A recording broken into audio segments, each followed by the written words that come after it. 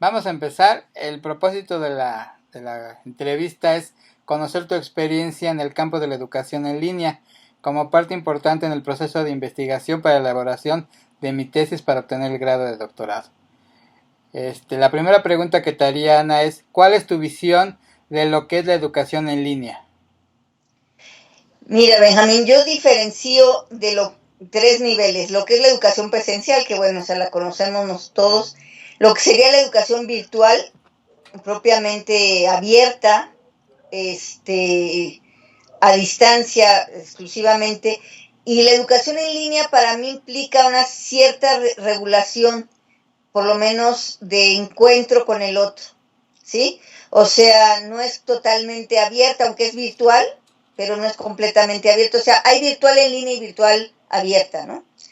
La educación en línea implica finalmente que hay una línea de intercambio, de colaboración, de comunicación, por tanto implica un proceso acompañado con otros, y para que este proceso acompañado con otros pues se dé, necesita ciertos niveles de acuerdo, por lo menos calendáricos, como ahorita tú y yo, para que estemos, es justamente por eso me entusiasmaba más que incluso la entrevista fuera de esta manera, porque aquí estamos mostrando fehacientemente cómo podemos hacer una entrevista en línea, Claro. ¿no? Hay una línea de comunicación con un soporte virtual, no tenemos que trasladarnos, hay la posibilidad de romper la barrera del espacio, aunque sí hay una regulación temporal más flexible, pero sí la tiene que haber, porque si no, no hay línea de comunicación. Eso es algo que a mí me parece importante marcar, porque si no, se confunde lo que sería virtual abierta. Yo entro cuando quiero, el otro entra cuando quiere, pero entonces nunca hay niveles de encuentro. Uh-huh. Y entonces es un diálogo de soledades, porque no sé si te ha pasado, si alguna vez has tomado cursos en donde no está muy regulados los tiempos, y entonces te dicen algún trabajo colaborativo en equipo y acabas desesperándote porque unos no entraron, no entregaron, y entonces hay tiempos Claro. en algunos casos. Cuando es completamente abierto, pues no hay, porque vas cumpliendo competencias y bueno, te evalúan en función de las metas cumplidas, como lo hacíamos antes en educación a distancia. Pero sí es importante marcar eso, ¿no? Claro. ¿Cuál sería el estado actual de la educación en línea en México, desde tu punto de vista?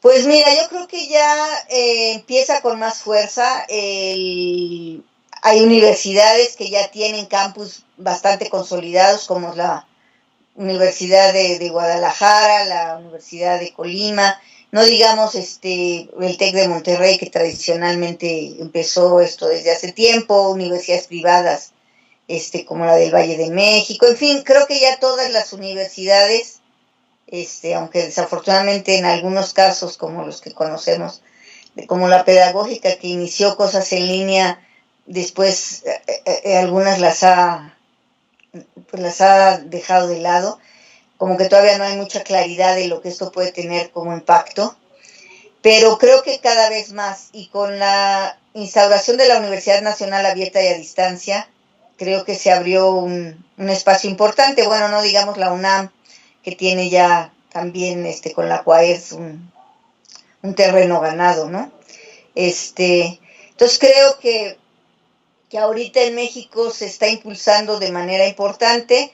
Creo que todavía hay limitaciones que tienen que ver con pues las dificultades de conectividad en algunas zonas, pero creo que se están dando cuenta que es una opción interesante para la gente que trabaja, para la gente que, este, que tiene algunas otras ocupaciones y no puede asistir presencialmente a un campus a tomar clases. Correcto. Uh-huh. ¿Cuál sería el principal reto de la educación en línea en México? Pues yo creo que uno de los retos es que te señalaba de la conectividad. Me parece que ese es un reto importante para realmente que la brecha digital se reduzca en zonas en donde efectivamente incluso la educación presencial pues no hay tantas opciones por lo que implica como inversión, no solamente en infraestructura, sino en cuerpos académicos. Y esta sería una forma de llegar a una educación de calidad a todos los rincones. Pero entonces uno de los grandes retos para mí, en términos de México, sería reducir lo que sería la brecha digital, en particular ampliar los niveles de conectividad con bastante, pues yo diría fuerza, importancia en este aspecto.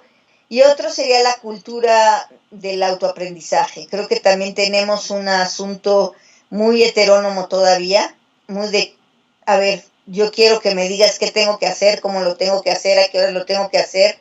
Tenemos todavía una cultura muy de tener que tener el látigo atrás de nuestra espalda para cumplir cosas, y poco una cultura de aprendizaje, podríamos decir, más abierto y más autónomo, más por gusto, por aprender, ¿no? Todavía yo noto que el asunto de la calificación es como un asunto muy importante, o sea, el credencialismo ha hecho todavía eso, y todavía no hay una cultura más de tener espacios de aprendizaje permanente, por gusto, por placer de saber cosas nuevas, de aprender, y en donde la educación en línea podría ser esto, ¿no? En donde tuvieras una serie de opciones abiertas, no tan tensionantes en términos de tener que cumplir con cierta rigurosidad cosas, y más empezar a tener una cultura del aprendizaje por gusto, por placer, por libre, yo diría, gozoso, ¿no? Entonces creo que ese también es un reto, desarrollar desde chiquitos a los niños estos niveles de autonomía y de gusto y de placer por aprender, sin el asunto del castigo conductista, ¿no? De te voy a poner cero, te voy a bajar la calificación, te voy a bajar puntos, sino pues aprende porque es padre, ¿no? Saber más cosas, porque es satisfactorio, porque cada vez somos mejores personas, tenemos más posibilidades. Esto creo que nos falta un poco. De acuerdo a tu experiencia, ¿cuáles serían los pasos que se deben seguir para poner en marcha un proyecto de educación en línea con éxito? Pues mira, yo creo que una de las primeras cuestiones es efectivamente tener claro el qué y el para qué, ¿no? O sea, qué quieres trabajar en línea, para qué lo quieres trabajar en línea, por qué en línea, o sea, qué serían las ventajas o las opciones que te da la virtualidad a diferencia de la presencialidad. Por tanto, tener claro que esto hace que el público se amplíe. Por ejemplo, en la Universidad Nacional Abierta y a Distancia, justamente tenemos ese reto. Nuestro público es tan diverso, como somos una opción gratuita, absolutamente gratuita. Entonces entra todo aquel ciudadano que quiere aprender, por el placer de aprender, entonces, o por la necesidad de tener un espacio, como los rechazados en las escuelas presenciales, ¿no? Entonces tenemos desde el ama de casa que pues tiene ganas de dedicar un espacio a descubrir nuevas cosas, ¿no? Además por el tipo de carreras luego les resulta interesante, significativo, para su vida, o opciones incluso hasta de hacer cosas, productivas y de buscar opciones de vida, como el chico recién egresado, como el que trabaja y no terminó la carrera y entonces requiere el título para poder acceder a otros niveles laborales. Entonces yo diría que lo primero que hay, mira, hay una cosa que quisiera comentar, que es mi sueño, a ver si con gente como tú lo podemos lograr, que es hacer de la educación en línea un poco como el videojuego, que tienes niveles, pero niveles que tú mismo puedes regular, que no hay nadie que te diga, sino son como tus logros, que tú mismo evalúas a partir, obviamente, del logro de ciertas metas o de ciertas competencias que tú vas midiendo en función de los saberes y las habilidades y capacidades que vas desarrollando. Y entonces pudiera entrar el que quisiera, ¿sí? A entrarle al reto de aprende, pongamos, te digo, administración y gestión pública, por poner un ejemplo, ¿no? pero que si tú eres una gente que está en la función pública y tiene un nivel de experiencia, no tengas que empezar desde el nivel 1, cuando ya estás en el nivel 4. Y, y así sucesivamente, yo no tenga que estarte poniendo un techo, sino que el techo sea infinito. Entonces tendríamos que empezar a pensar en desarrollos que rompan esa rigurosidad curricular de la mentalidad de espacios estancos. No sé si has visto el video del nuevo paradigma educativo de Robinson, en donde efectivamente él señala que pareciera que tienes que tener como estancos por edad y por sector, como si fuera una línea de producción fabril, y no esta cuestión mucho más abierta que te permite esta nueva posibilidad, ¿no? Que además dispones de materiales, o sea, no estás dependiendo como antes, que bueno, si no tenías una biblioteca, y eso que bueno, también las teníamos, pero había espacios en donde las bibliotecas eran muy restringidas en sus volúmenes, por tanto en las posibilidades de encontrar materiales amplios o diversos. Aquí con el internet ya no hay límite, o sea, tienes las bibliotecas que se te puedan ocurrir, tienes los videos de lo que se te pueda ocurrir, es decir, cada vez más los contenidos digitales están ahí, pero faltan las estrategias pedagógicas que le den un poco el sentido y acompañen al sujeto en este proceso de encuentro con esos materiales. Si este proceso fuera un proceso regulado de manera en donde el que lo diseña, la ruta, es como si fuéramos unos asesores de viaje, ¿sí? Que bueno, no es lo mismo ni que tú vayas a un viaje sin saber ni a dónde vas a ir y llegues a París y no sepas ni cómo, ni cuándo, ni a dónde, o vayas en un tour como borreguito a donde solamente el del tour te quiera llevar y veas solamente lo que te dicen que veas, ¿no? O sea, como que son esos dos polos. Yo digo, si pudiéramos lograr un asunto en donde yo te trazo rutas y tú decides, o sea, te doy una capacidad de decisión a ti en función de esas rutas, en función de tus gustos, tus necesidades, tus apetitos, y puedas trazarlas, pero hay alguien que sabe, es que yo quiero la ruta gastronómica, ¿no? Ok, te voy a llevar por los mejores restaurantes de París. No, yo quiero la ruta de arte, porque a mí me encantan los museos. Ok, te voy a llevar por la ruta de los museos y de la pinacoteca más destacada. No, es que yo quiero la ruta de los conciertos. Bueno, te voy a llevar a cuáles serían los lugares en donde vas a encontrar las mejores ejecuciones en París. En fin, a lo que voy es, o yo quiero transitar un ratito acá y un ratito acá. ¿Por qué diablos voy a tener que seguir? No, yo ya me inscribí en conciertos y ya no puedo trazar la de gastronómica o ya, sino que pudiéramos hacer estos tránsitos. Yo creo que ese es el reto. Yo creo que eso sería como, bueno, por lo menos es mi ilusión, de que lográramos esa perspectiva. Entonces, uno de los pasos sería ese, el poder trazar una perspectiva abierta, que yo sí he encontrado en lo que es la educación a través de competencias una posibilidad de cómo mides, ¿no? Qué es lo que vas logrando, qué es lo que vas alcanzando. Y yo creo que eso permitiría poner en marcha un proyecto de educación en línea con éxito, porque vas vinculando el deseo del receptor con las posibilidades de organización y de estructuración del que ofrece los planes y programas, de tal suerte que los tránsitos pudieran ser un poco como los legos, ¿no? Tú vas construyendo con ellos lo que tú vas como queriendo armar. Esa idea de los que estuvo muy presente en algún momento de los objetos de aprendizaje, pero no de estos objetos hechizos como, yo digo que objetos de aprendizaje, pues el mundo es un objeto de aprendizaje, todo lo que encuentres. El asunto es quién te ayuda, te interpela, te conduce, te apoya, te guía, como quieras, te ayuda como facilitador a encontrar, interpelar, a preguntar y a construir con ello. Eso sería la labor de esta parte didáctica, de este diseño didáctico, que yo no le llamo instruccional porque me rechoca la palabra, que debiera haber en estos programas para que fueran con éxito, ¿no? Porque finalmente el éxito no lo determinaría un parámetro por fuera, sino el éxito estaría determinado por el gusto, el placer y el número de gente que se conserva y que está placenteramente y que continúa, ¿no? Yo diría que ese es un poco como el reto de un proyecto en línea con éxito, ¿no? El saber que la gente va a estar ahí y no va a estar ahí solamente por un título, sino va a estar ahí por el placer de estar.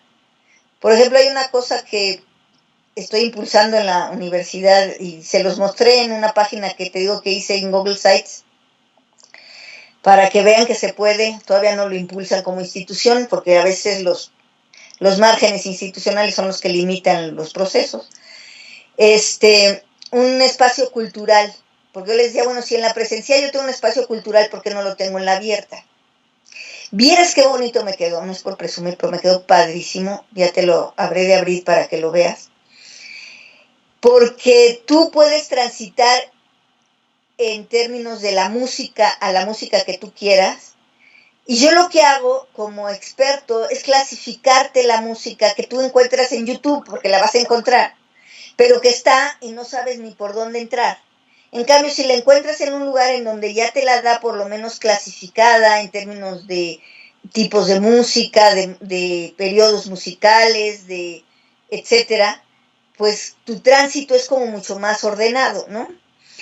Y si te doy además algunas, te lo articulo, te lo hipervinculo, que esa es otra de las cualidades de estos medios, con, a ver, te paso la obra y además de la obra te doy un poco el contexto en donde se hizo, o quién la hizo, o quién la canta, y te doy la chismografía si quieres del cantante, etcétera, de su biografía, algunos datos curiosos, o del compositor. Resulta que miras de otra manera. Estos espacios serían los espacios de la educación en línea, que no los hay, ¿no?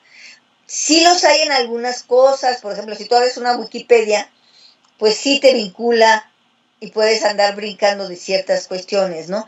Pero en proyectos más estructurados, ¿no? No existe esta visión, ¿no?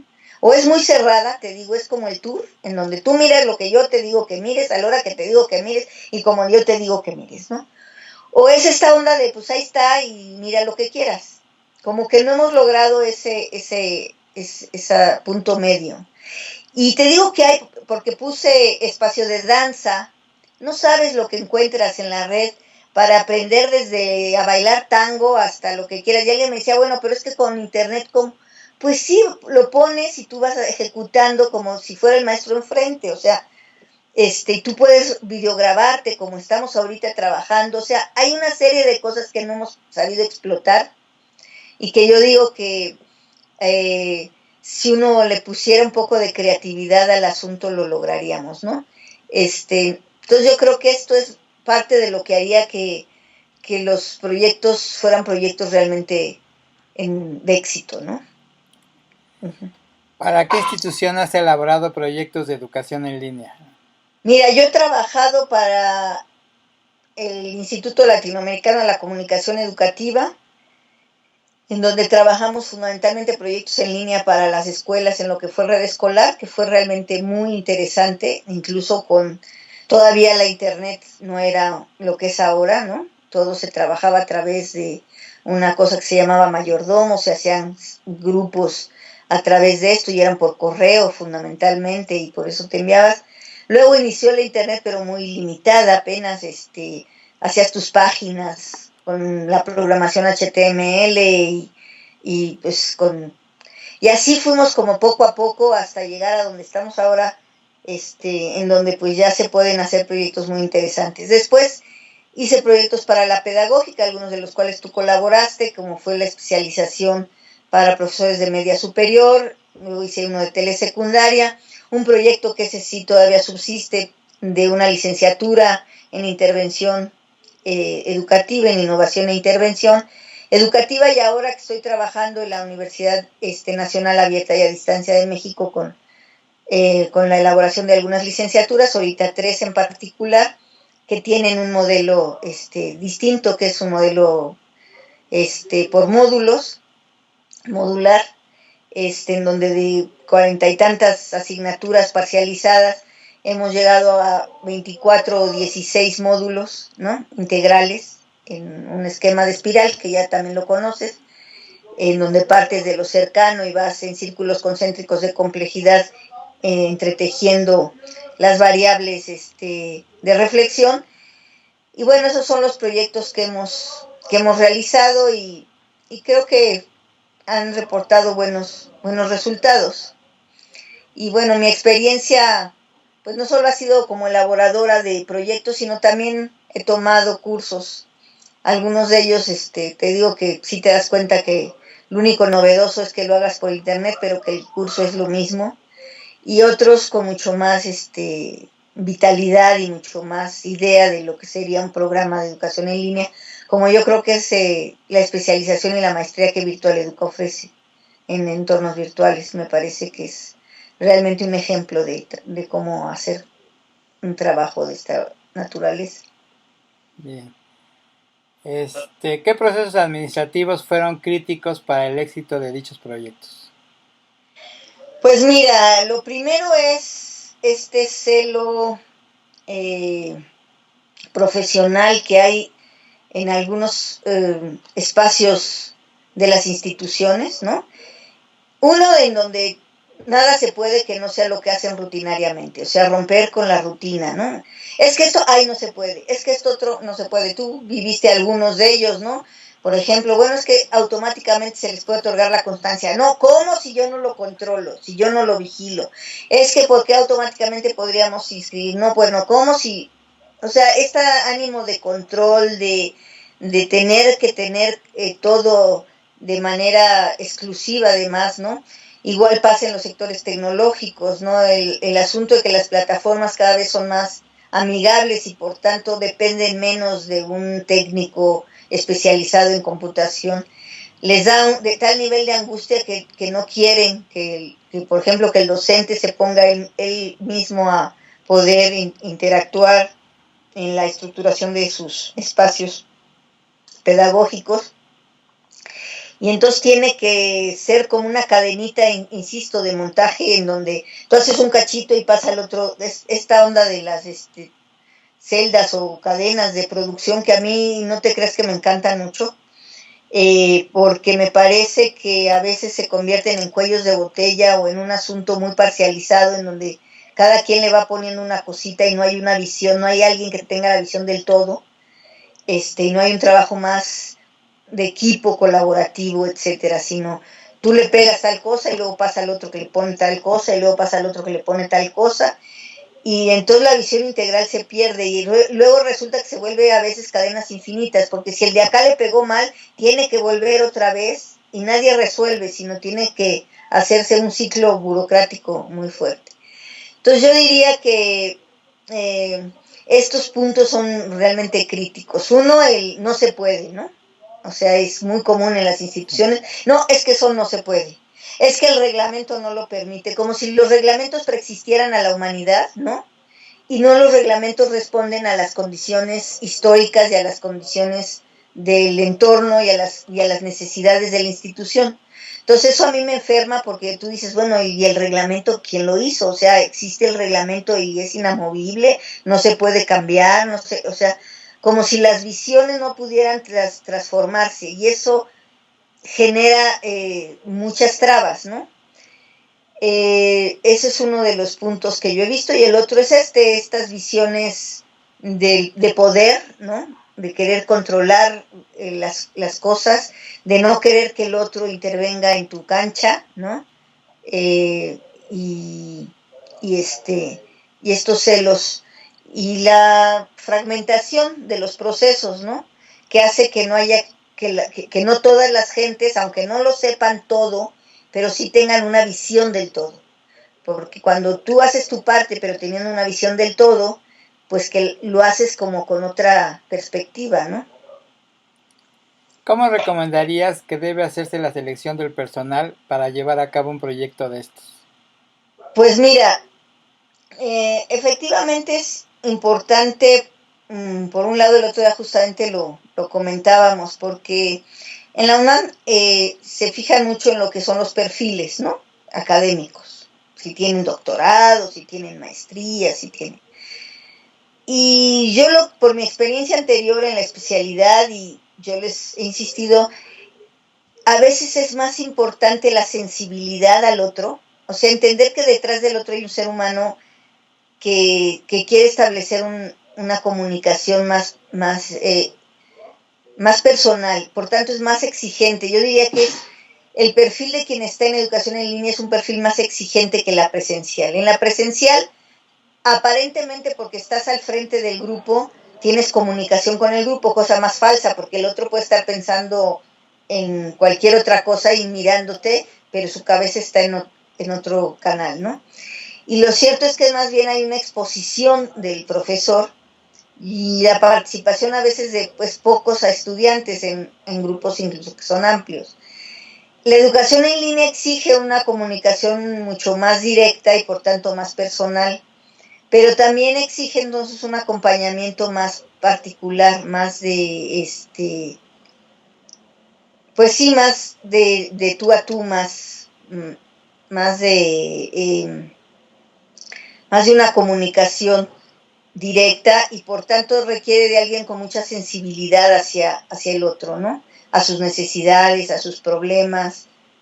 Entonces yo diría que uno, pues sí tiene que mediar, pues por lo menos un curso de sensibilidad hacia lo que es la educación en línea, en 3 direcciones. Uno, lo que sería el autoestudio, el autoaprendizaje, pero que no es el abandono, sino es como orientar al otro en la posibilidad del encuentro, pero el encuentro guiado. 2, esta parte que te señalaba de sensibilidad. Y 3, sí creo que pues es recomendable que haya un conocimiento de lo que lo que es el campo de formación en donde se esté haciendo el curso, ¿no?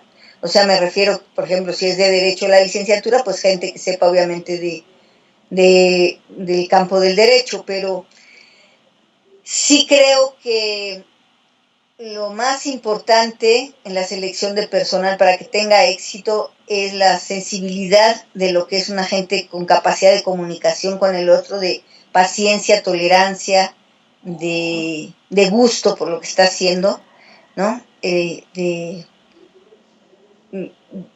Pues de lo que nosotros en la normal le llamamos vocación, ¿no? De ser docente.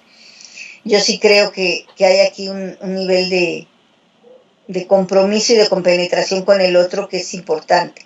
Porque de la otra manera puedo yo aprovechar a especialistas, ¿sí? Pero entonces distinguir para qué los quiero.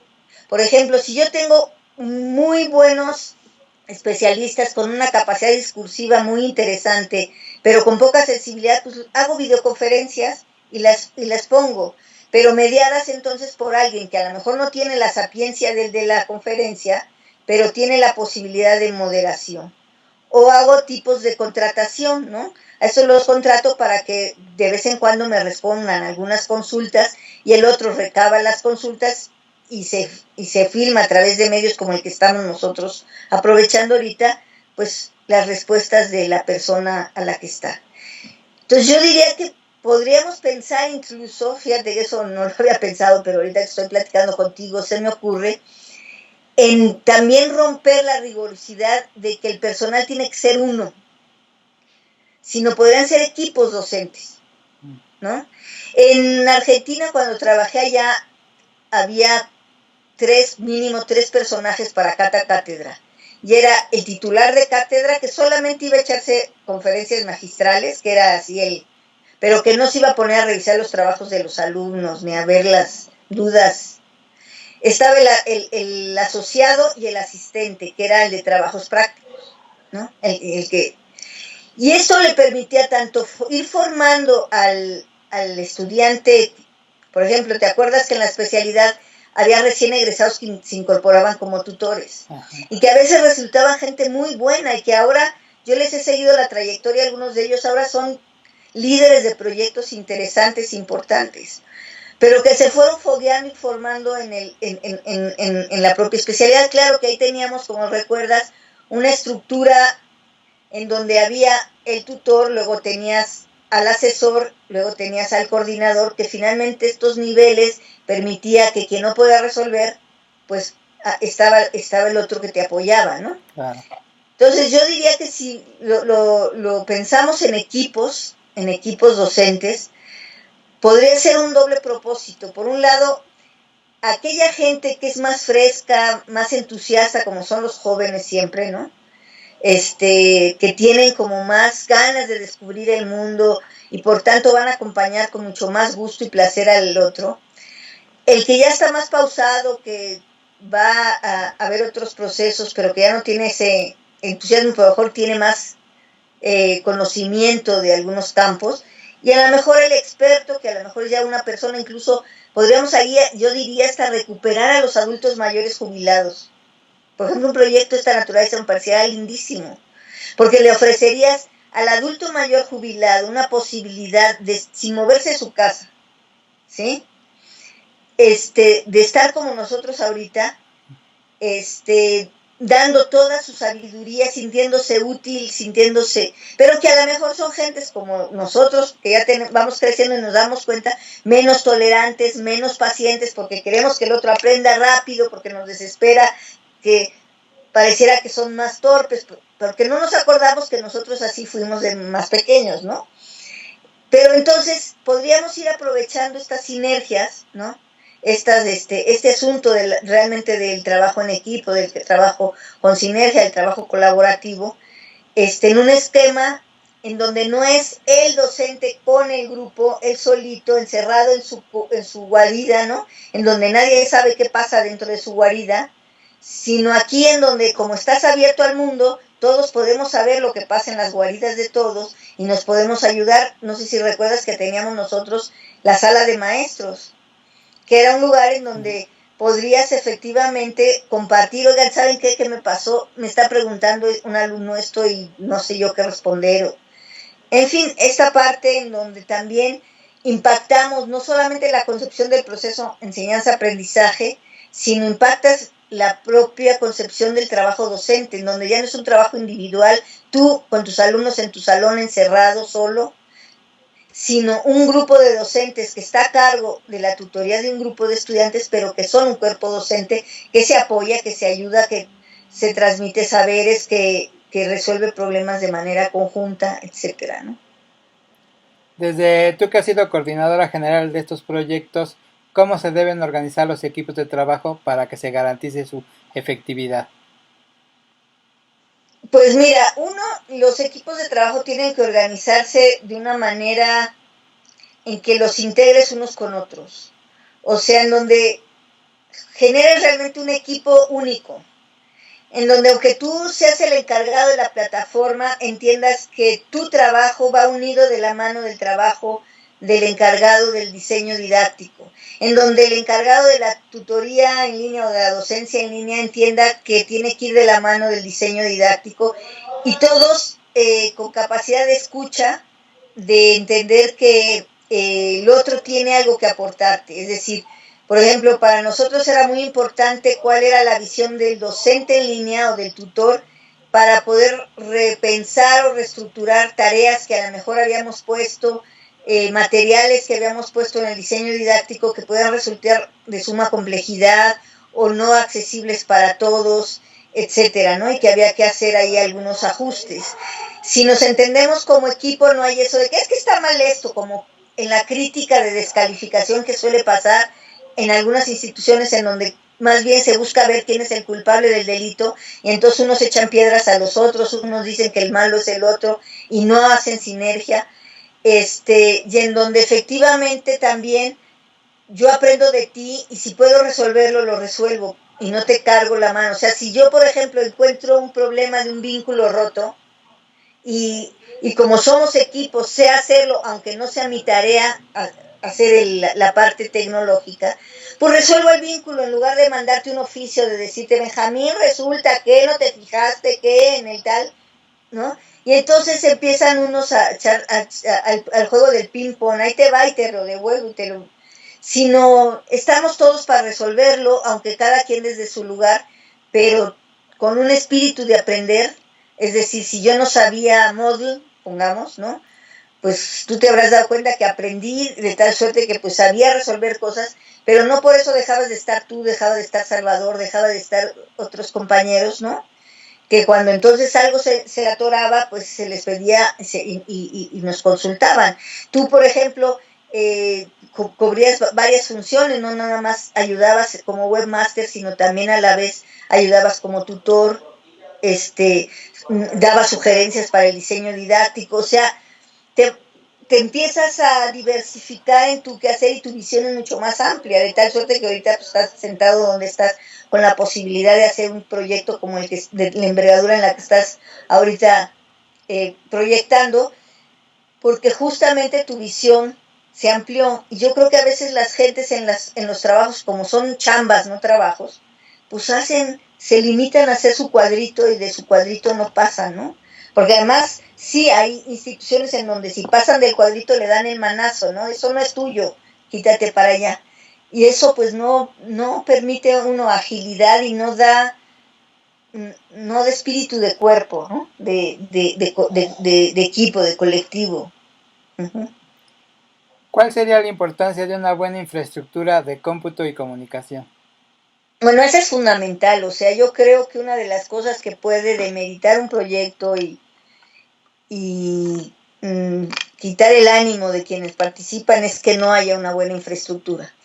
Ahora, yo diría que también esa infraestructura, también si lo recuerdas, también puede ser diversa. No sé si tú recuerdas que teníamos una mesa de ayuda que era telefónica y que yo les pedía a los tutores que tuvieran incluso esta posibilidad de comunicación telefónica, porque muchas veces te dicen, es que le mandé correo, ¿y cómo sabes que el otro lo recibió? Si no te garantizas o sea, todavía el teléfono cubre una función, porque suena, porque te exige contestar, o sea, lo estás oyendo y te está muele y muele. Por ejemplo, el Skype, y por eso a mí me gusta, porque si estoy con la compu abierta y no estoy viendo el correo porque estoy entretenida haciendo un trabajo, por ejemplo, y el correo me implica ocupar mis ojos, ¿no?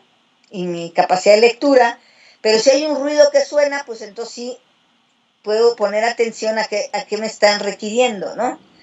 Entonces, yo digo que el tener una comunicación en diversos soportes es importante, o sea, entender que la infraestructura no solamente es el servidor, no solamente es la computadora, es la conectividad nacional incluso, ¿no? O sea, es que efectivamente no tengamos esas dificultades, pero también es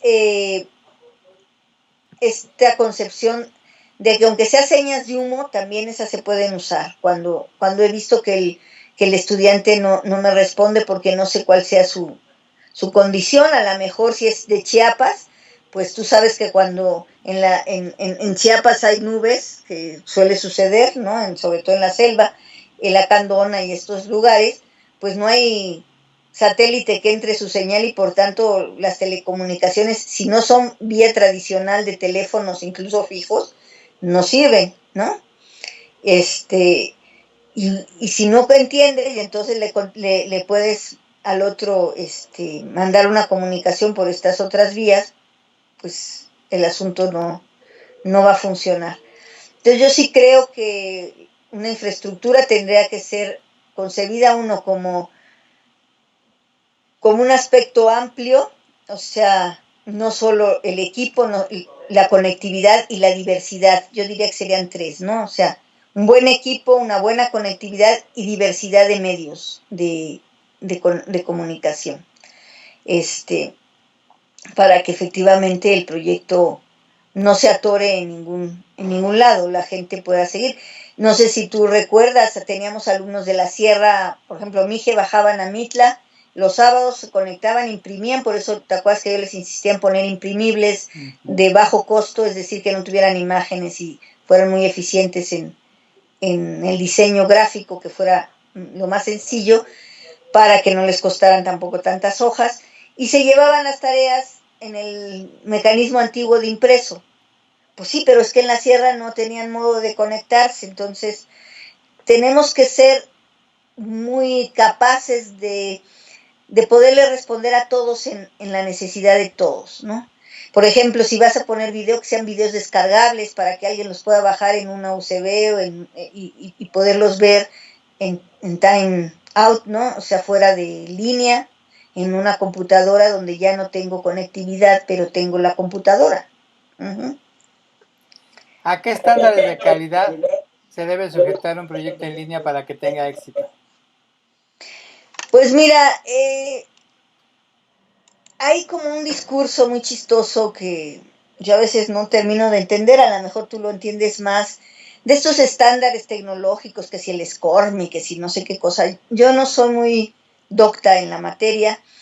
Yo diría que pues los estándares de calidad no solamente van en una sola dirección, sino tienen que ser acordes con todo un conjunto de variables, ¿no? Efectivamente, en la interoperatividad tecnológica, si subes un recurso, pues tiene que ser visible en distintas plataformas, en distintos exploradores o navegadores, en distintos dispositivos ahora, que puede abrirse en un dispositivo móvil o sea, que la pantalla se adapte al ancho del que antes, no sé si te acuerdas, lo programábamos en 800 por 600 y así fuera grande o chiquito, y entonces te cortaban las letras o se veía el pantallota y la pantallita chiquita, ¿no? Sí. O sea, eso efectivamente ha mejorado la experiencia de aprendizaje y la experiencia visual y la experiencia de las tecnologías. Esos estándares pues hay que seguirlos, es decir, que todo lo que hagas, busque el técnico, busque quien sea, que tenga. Entonces yo te diría en lo pedagógico, pues que sea accesible a distintos públicos. En lenguaje, por ejemplo, ¿sí? El otro día alguien me decía que estábamos usando un lenguaje demasiado coloquial en los diseños didácticos, ¿no? Incluso por la manera de hablar. Tú sabes que yo siempre he pedido que hablemos de nosotros, ¿no? Y no demos indicaciones imperativas. Haz, lee, ¿no? Sino hagamos, leamos, vayamos, ¿no? Que me parece que genera un espíritu y una sensación distinta. Bueno, esas cosas a mí me parecen importantes, que son parámetros que no se toman en cuenta. O sea, ¿cómo me dirijo al otro? Generalmente la gente dice en impersonal. Yo no estoy de acuerdo, por ejemplo, ¿no? Aparentemente es más académico, pero acá lo académico tiene también que considerar que estás en la distancia, y en la distancia necesitas sentir que alguien está a tu lado. Y el lenguaje es una manera de acompañar. Es distinto si yo te digo vamos a que si te digo ve, ¿no?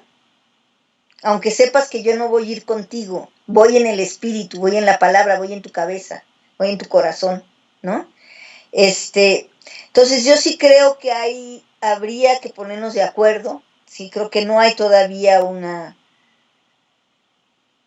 discusión seria al respecto, y menos una sistematización de ideas en este rubro.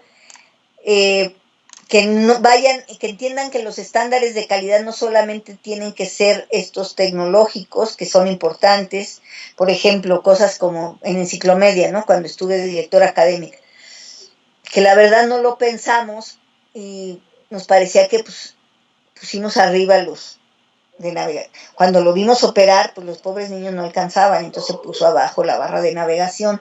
O sea, esto de dónde colocas la barra de navegación, dónde colocas los botones, pues a veces implica incluso la propia indagación, ¿no? Y sistematizar ese tipo de cosas es importante, ¿no? El hecho de, por ejemplo, ahorita yo lo sufro, es una crítica un poco bueno, tienen una concepción distinta en la UNAM a como nosotros la teníamos en la especialidad. Ahí se navega, como tienen el parámetro de que lo que quepa en la pantalla, entonces haces a veces 80 clics para las cosas. Y a mí como que no me agrada mucho ese asunto de los 80 clics. Yo prefiero pantallas desplegables o incluso el scroll down, en donde puedo bajar con algún pequeño, con marcadores y alguna pequeña, en las laterales puedo poner una pequeña navegación, una estructura de navegación. Pero en eso, por ejemplo, en cuántas clics tengo que dar, en qué manera llego, en lo que le llamarían algunos la usabilidad del sitio, ¿no? Eso todavía no hay parámetros como muy claros, ¿no? Y se presta opinión, hay quien dice, no, es que el scroll down no, ok, pero entonces, ¿qué? ¿Me vas a tener haciendo clics y para volver otra vez 80 clics para volver a la página 3 o para volver? O mejor un scroll down, pero con una barra de navegación con marcadores, en donde tengo todo en la misma hoja, pero en la misma hoja a la vez puedo desplegar o llegar a donde voy. Y entonces, claro, te exige como diseñador una estructura conceptual en donde le hagas un esquema a tu trabajo, ¿no? Y no cortes a donde se acaba la línea, que así me está pasando, ¿no? Ah, es que aquí ya, bueno, ¿y por qué mandaste esto a otro?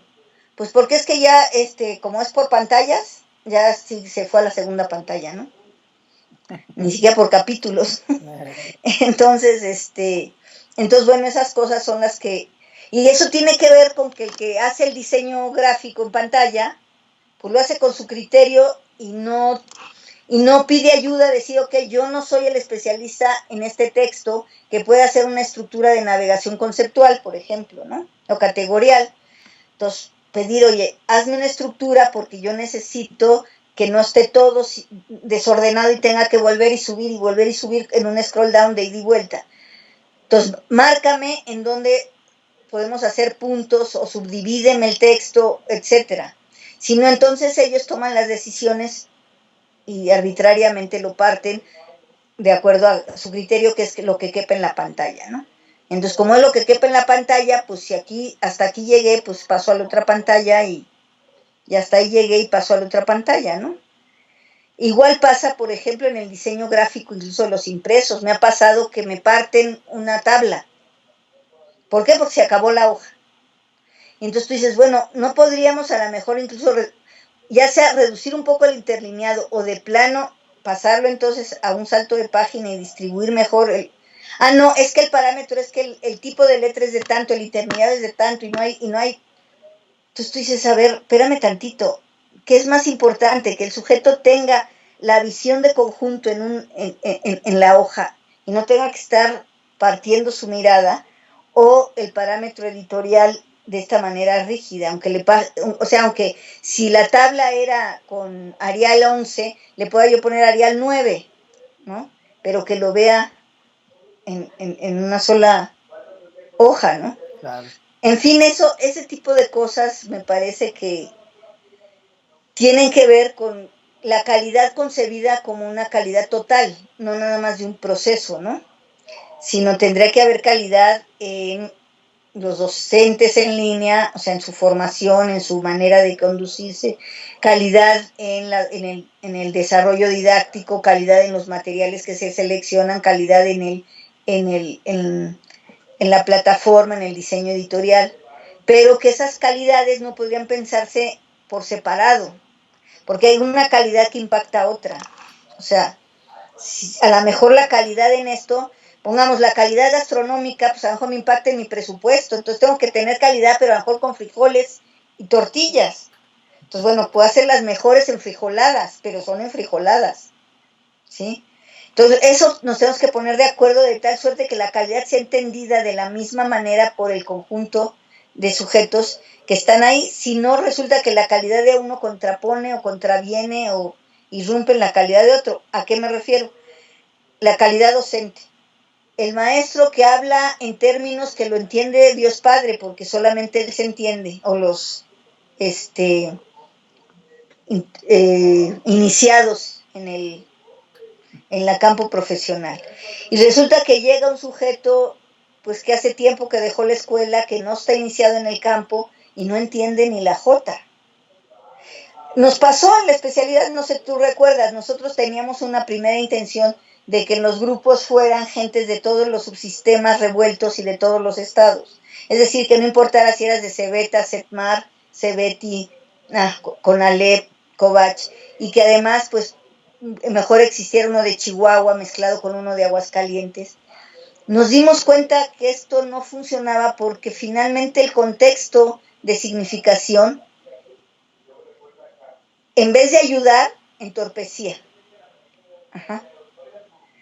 Entonces, si tú ponías a los sujetos un poco con ciertos niveles de homogeneidad en algunos espacios, que a lo mejor puedas poner otros en donde hubiera este intercambio más abierto, esto podría permitir mayores posibilidades de significación y de diálogo. Además, porque si querías impactar el subsistema, pues era más fácil que lo impactaras si generabas grupos y equipos de trabajo. O sea, haz de cuenta que el CAM participara en un proyecto de formación docente con otro tipo de instituciones que estén a cargo de la formación docente. Si los pongo separados, pues van a decir, bueno, ¿y a mí qué me significa? Pongamos el equipo de la Universidad Fulanita que hace formación docente. En cambio, si pongo juntos, pues pueden tomar acuerdos, ver dificultades, o sea, van a hablar un lenguaje común de problemas comunes y va a haber como mucho más empatía. Esos son el tipo de cosas que la calidad tiene que medirse en función de, es decir, no hay un parámetro rígido, fijo, sino va en función de qué vas pulsando, y eso tiene que ver con la evaluación.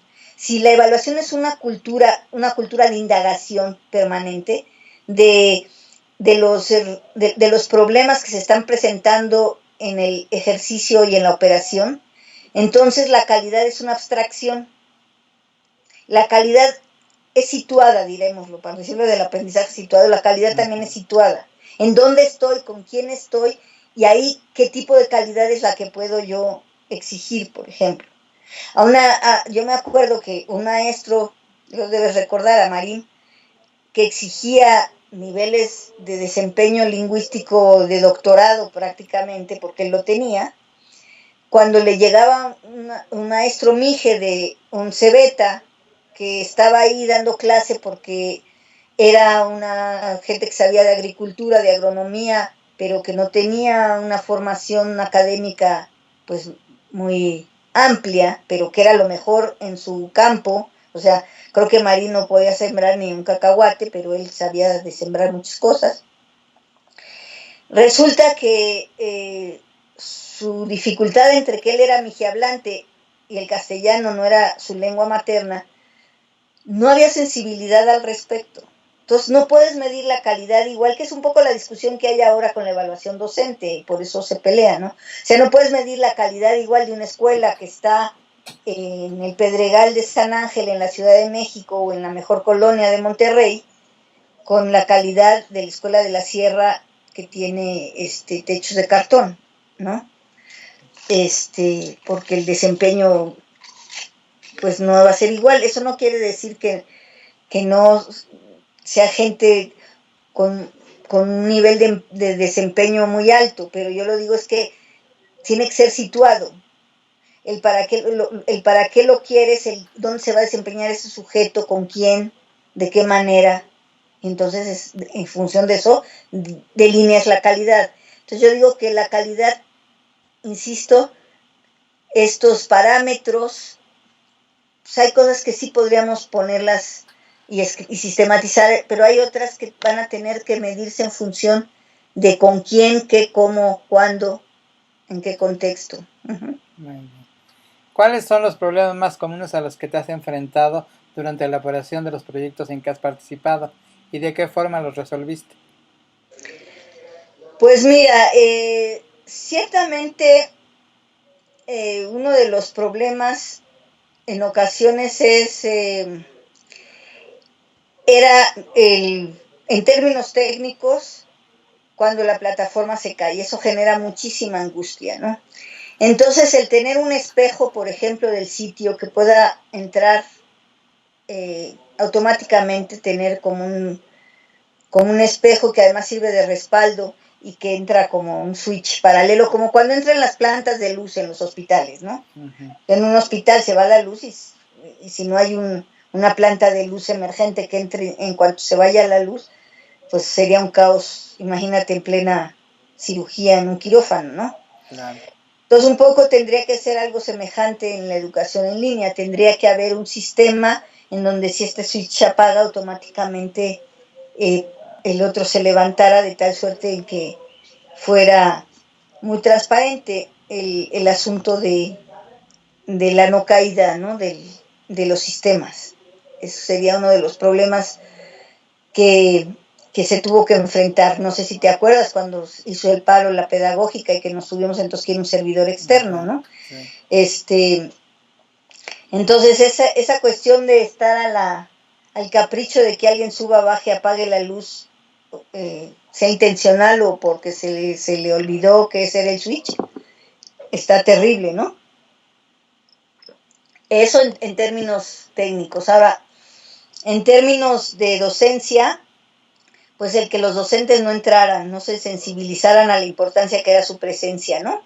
No abrieran el foro a tiempo, dejaran entonces a los alumnos solos, no interactuaran de una manera más o menos continua con el grupo, que no se preocuparan por el estudiante, o sea, como ser humano y por tanto, pues a lo mejor echarle una llamada telefónica. O sea, el nivel, insisto, claro, eso cambia si tienes 70 como aquí en la UNAD o teníamos 25 como máximo en la pedagógica, ¿no? Por grupo. Eso también incide en la calidad, incide en la capacidad de atención, ¿no? Pero esas cosas pues eran problemas que había que enfrentar. El hecho, por ejemplo, eso también fue un problema. En algunos proyectos, como en el que participamos nosotros en de Profordems, los inscribían no sé si te acuerdas, los directores. Entonces el maestro te decía, bueno, ¿y cuándo me inscribieron, no? Cuando le hablabas por teléfono, oiga, maestro, es que mire, ¿por qué no ha participado? Usted está inscrito y no sé si... Yo, ¿cuándo? ¿A qué horas? Y bueno, el que lo había inscrito era el director, porque como el tener inscritos le repercutía en la evaluación de plantel, pues los había inscrito a todos. Entonces, por ejemplo, ese era otro problema, ¿no? En la operación de proyectos, cuando la inscripción no es voluntaria, cuando es a fuerzas, cuando el proceso tiene otras motivaciones no intrínsecas. ¿Y cómo se resolvió eso? Bueno, pues solicitando que efectivamente la inscripción tendría que ser personal y no por plantel, ¿no? En términos de la docencia, pues sí insistiéndole al docente y de plano prescindiendo de los servicios de aquel docente que no pues tenía una actitud realmente de servicio y de estar ahí, ¿no? En lo tecnológico, te digo, pues contratando el servicio de hosting paralelo que pudiera permitir que si fallaba una instancia, y que no es tan caro, la gente tiene la fantasía de que es muy caro. Incluso yo ahí muchas veces sugiero, ahora que me pidieron también de la COPEMS una asesoría, les sugería yo más que invertir en ellos mismos en servidores que luego se vuelven obsoletos al poco tiempo y sale carísimo. Las ventajas de estos servicios de hosting es que pues los que se encargan son ellos de tener al día sus equipos y tú un poco te desentiendes. Ahora, no desentenderte del todo, sino tener un respaldo, pero entonces ya el nivel de que sea tan robusto la plataforma que tienes o la capacidad tecnológica no es tan grande como si tú tuvieras en tus espaldas que tener a toda la gente encima, ¿no? Eso me parece importante. Pues esas son algunas de las, bueno, y no digamos los problemas de servicios escolares, ¿no? De cómo están acostumbrados a 1,000, 2,000 gentes, cuando empezamos a tener 10,000, 15,000, pues eso los abrumaba, los rebasaba. Y bueno, se les tuvo que hacer ver que había mecanismos tecnológicos que podían administrar esas grandes cantidades de gente, esa gran cantidad de, de trámites y de gestión, ¿no? O sea, la gestión con la tecnología. Y eso pues con formación, con la experiencia, con insistir, porque sí hay muchas instituciones pues que a la primera dicen, no, esto está muy difícil, esto es muy complicado, esto no se puede y lo abandonan, ¿no? Pero sí al principio la cerrazón, por ejemplo, de servicios escolares o la cerrazón de la dirección técnica, es que no se puede, es que son muchos, es que la plataforma no da, y no mirar a que hay otras, fuera de la institución hay otras formas y otras posibilidades, que puedes entrar a entretejer, lo limitaba, pero por fortuna sí hay una voluntad, yo diría, de la dirección, eso sí es importante, porque es la única que puede abrir las puertas, ¿no? O sea, que puede decir, pues va porque va y la gente pues tiene que... Por ejemplo, en la licenciatura esta que te comento que hicimos en la pedagógica, pues al principio era, bueno, ¿y cómo se va a hacer el examen de selección, no? Entonces yo les dije, ¿qué tal si aquí no hacemos examen de selección? Ah, es que no se puede. Bueno, pues veamos que se pueda, ¿no? Por fortuna se cruzó con la coyuntura de los rechazados y que entonces ni un solo rechazado, no sé si recuerdas que hubo un movimiento. Ajá. Entonces les dije, ¿por qué no entonces incorporamos nosotros a todos ellos? Y demostramos cómo en un proceso pedagógico de intervención distinta, los rechazados, que son gente que más bien los han convencido de que no pueden, pero y que yo estoy segura de que nosotros podemos encontrar cuál es su potencial y explotarlo, lo pudimos hacer. Pero es un poco como ir desde buscando las coyunturas, que te digo, por fortuna y se presentó esa, porque al principio, antes de que se presentara, era no puede entrar nadie que no tenga examen de selección. Y entonces, ¿cómo se va a hacer el examen de selección? Entonces, por ejemplo, la primera generación la hicieron incluso con entrevista. Entonces, solamente podían venir los del DF o quien tuviera los recursos económicos para trasladarse al reto. O sea, cosas que me parecen verdaderamente... Porque ¿cómo ibas a controlar un examen a distancia, ¿no? Que también eso es, ¿no? Es que va a ser trampa, ¿no? Es que en la educación en línea copian. Bueno, te van a copiar una cosa, pero no otra. Y si tú tienes una versatilidad de estrategias, de recursos, en donde no te repitas, que eso también pasa, ¿no? O sea, creen que ya haces un diseño con las mismas lecturas, con las mismas tareas, pues sí, obviamente, pues se lo va a copiar una generación a la otra y va a pasar con el trabajo del otro, pero si vas dándole un dinamismo al diseño, pues eso no se va a dar de esa manera. Entonces, bueno, esos fueron así algunos de los puntos de operación que se fueron presentando, la mejora permanente, ¿no? Para efectivamente evitar esto de que una generación a otra ya supiera cuál era la tarea que seguía. Entonces había que replantearse tareas, lecturas, materiales. Pero eso pues entonces genera un dinamismo muy interesante porque además te permite que haya una evaluación permanente que repercuta en el propio diseño. Hablando de evaluación, ¿cómo evaluaríamos un proyecto de educación en línea? Pues mira, el proyecto de educación en línea tiene que evaluarse en todas las dimensiones, ¿no? O sea, por un lado evaluar todo lo que corresponde a la propia plataforma, ¿no? Si es amigable, si es solvente, si es o sea, si es robusta, si es amigable, en fin, todo lo que corresponda a esa parte, ¿no? Por otro lado, habría que evaluar el rubro de lo que es la docencia, ¿no? Si el docente atiende a los estudiantes, los atiende a tiempo, los atiende de manera sensible, amable, paciente, etcétera, ¿no? Todo lo que corresponda a la gestión.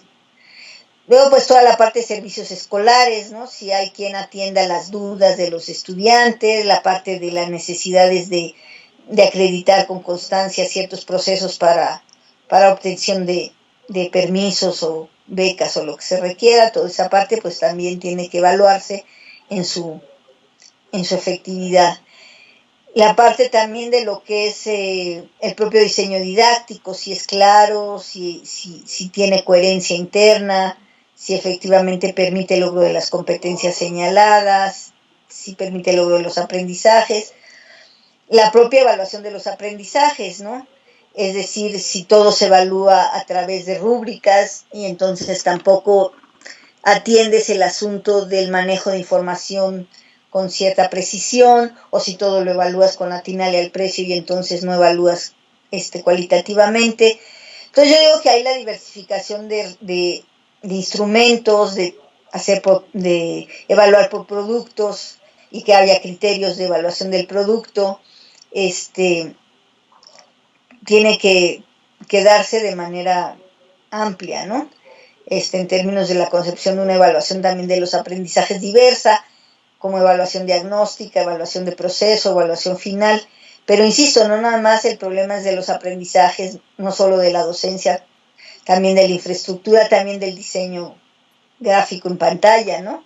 Si es legible, si luego yo he visto unas páginas en donde les ponen fondos, incluso ahora yo hago la crítica a lo que yo hacía, que se veía muy bonito, la verdad. Vámonos de pinta con Colón, exploradores que le ponía un fondo y luego la letra encima. Bueno, la legibilidad no es muy amable, ¿no? Ni al ojo ni al lector, sobre todo, pues al lector ya como nosotros, que ya la vista no es igual que cuando teníamos 20 años. Entonces, esa cuestión de decidir entre lo bonito y lo funcional, ¿no? Porque a veces lo bonito no necesariamente es lo más funcional. Claro. Son cuestiones que tienen que ir viendo con procesos de evaluación que te permitan ir distinguiendo cómo haces un diseño funcional, operativo, que baje rápido, que baje en cualquier máquina, que no se atore, etc. Ya no hay tantos problemas como antes. Antes podías irte a comer mientras bajaba una imagen, ¿no? Ahora ya no. Bueno, o sea, sí, pero sí ese nivel de equilibrio, de sensibilidad, insisto, en donde estás, qué conectividad hay. Ya no hay tanto que si la conexión es por cable o es por wireless, de qué velocidad. ¿Te acuerdas que antes era de 64K, etcétera?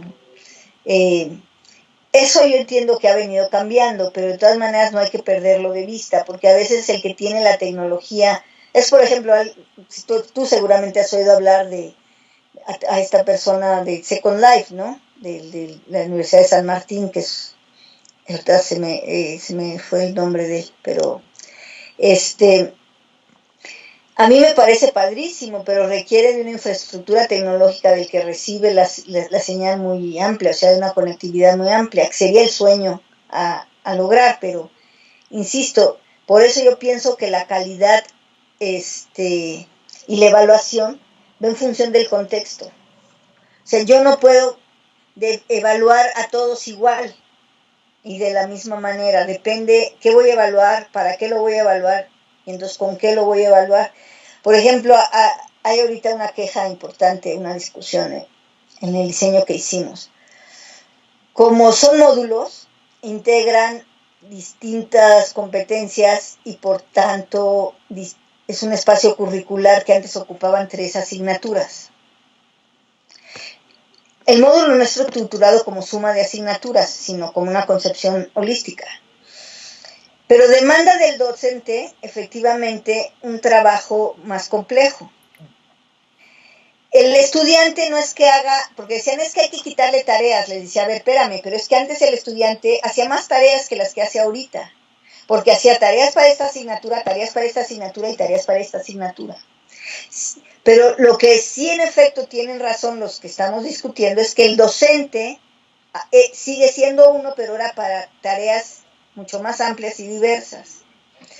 Entonces, como les digo, sí, ahí tenemos que aprender a desarrollar estrategias de coevaluación, porque lo que sí pasa en los grupos es que vas a encontrar docentes que en lugar de aprovecharlos, hemos visto que el docente entra en pleito con ellos. O sea, hay gente que se mete a educación en línea que sabe más que el docente y que se mete por placer de seguir aprendiendo, pero que sabe ya mucho, incluso tiene hasta títulos de doctorado, de maestría.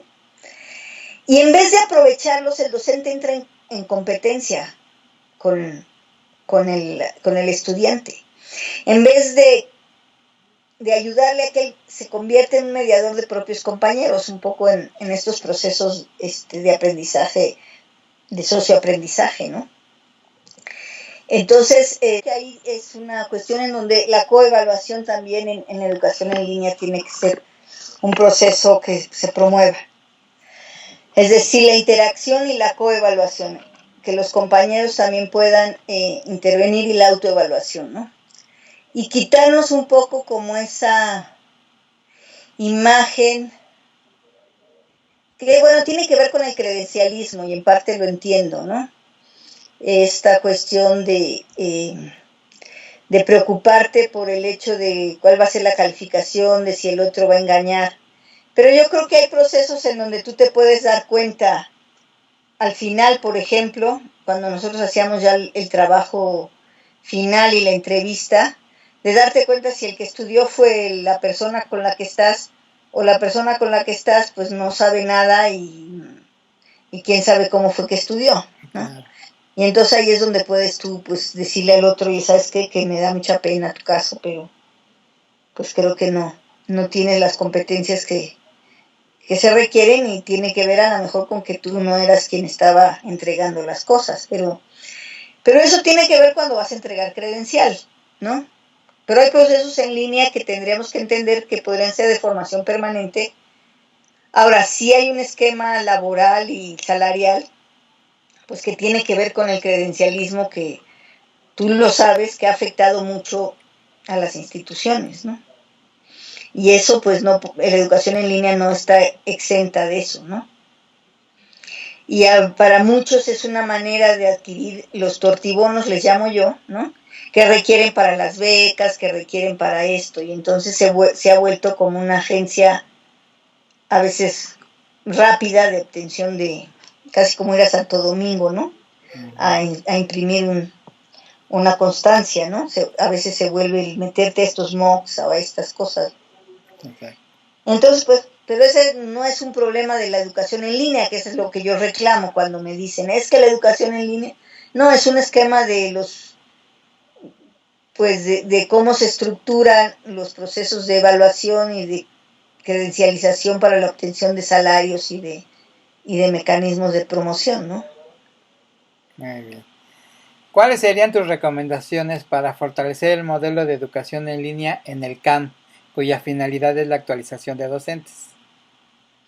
Pues mira, yo creo que el CAM sería un espacio privilegiado, uno porque es una instancia que debiera conceptualizarse como de actualización permanente y de formación in situ, ¿no? O sea, debería ser el espacio en donde el docente encuentre la posibilidad de resolver y de actualizarse en los problemas cotidianos que va teniendo. Y lo que yo encuentro es que también muchas veces las instituciones ofrecen lo que el maestro, que ya lleva años, pues, ha venido dando, así sea del siglo XV, ¿no?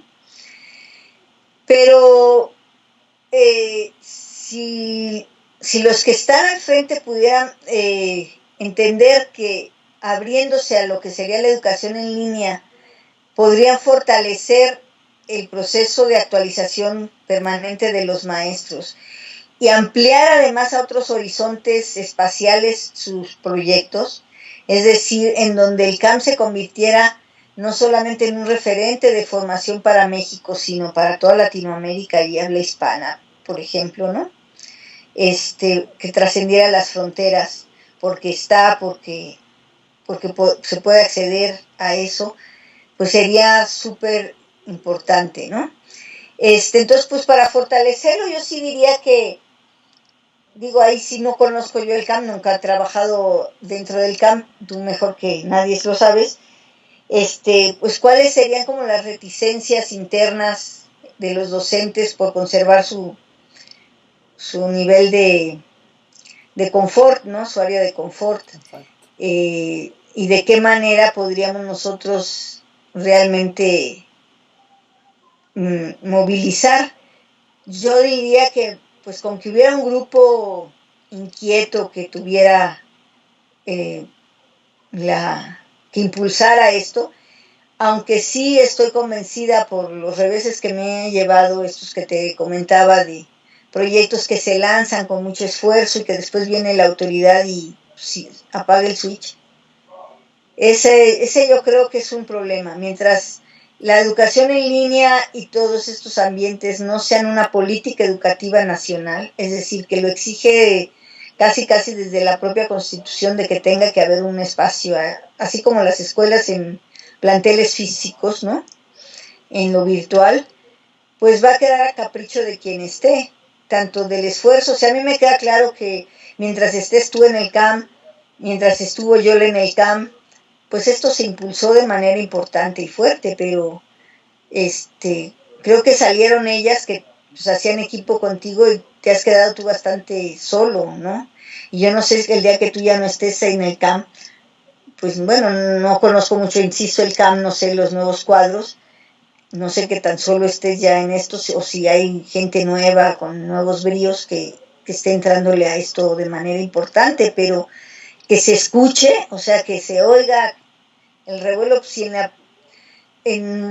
la pedagógica, que según esto había un grupo importante, estaba Marcela Santillán, pues está ahorita incluso Tenoch ahí al frente. Yo no veo que tenga el campus virtual muy sólido, la verdad. Y lo que había lo tiraron, ¿no? Entonces, entonces es terrible. Uh-huh. ¿Cuál debería ser el futuro de la educación en línea? Pues yo creo que el futuro de la educación en línea tendría que ser ampliar las opciones. Yo no diría para quitar la educación presencial. Hay como un falso mito que a mí me preocupa, que es que yo lo he visto en algunas personas que están contentas con esta cuestión de lo virtual. Ciertamente hay un ahorro de recursos y de infraestructura en lo virtual, pero no es lo único que debiera movernos, ¿no? Ciertamente hay la posibilidad de llegar a otros rincones que antes no se llegaba si no era, porque no había los planteles. Esa es otra cuestión, es que habría que... Sino yo diría que a la larga tendríamos que avanzar en no...